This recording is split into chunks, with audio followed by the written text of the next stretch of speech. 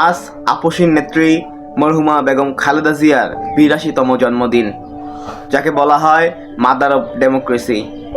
স্বামী শহীদ প্রেসিডেন্ট জিয়াউর রহমানের মৃত্যুর পরে তিনি সংসারের পাশাপাশি দেশের দায়িত্ব তুলে নেন নিজের কাঁধে। ১৯৮৩ সালে তিনি যুক্ত হন বিএনপির রাজনীতির সঙ্গে এবং ১৯৮৪ সালে তিনি বিএনপির সম্মানিত চেয়ারপারসন নির্বাচিত হন। ১৯৯০ সালে স্বৈরাচার এরশাদ বিরোধী আন্দোলনে তিনি হয়ে ওঠেন দেশের কাছে এক মূর্তমান প্রতীক শৈঠনে, যার ফলস্বরূপ তিনি একনিষ্ঠ জনগণের সমর্থনে বাংলাদেশের প্রথম নারী প্রধানমন্ত্রী নির্বাচিত হয়।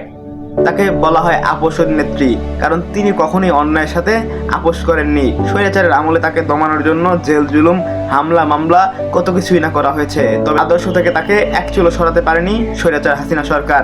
তাকে বলা হয় মাদার অব ডেমোক্রেসি। পৃথিবীর একমাত্র প্রধানমন্ত্রী যিনি তার ক্ষমতা ছেড়ে দেন তত্ত্বাবধায়ক সরকারের হাতে এবং নির্বাচনের আয়োজন করেন বাংলাদেশের গণতন্ত্র পুনরুদ্ধারে, যার ভূমিকা অপরিসীম। আজ আমাদের মাঝে নেই। আমরা দোয়া করি মহান রব্বুল আলামিন তাকে যেন জান্নাতুল ফেরদৌস নসিব করে এবং আজকের এই দিনে তাকে আমরা গভীর শ্রদ্ধা করে স্মরণ করছি।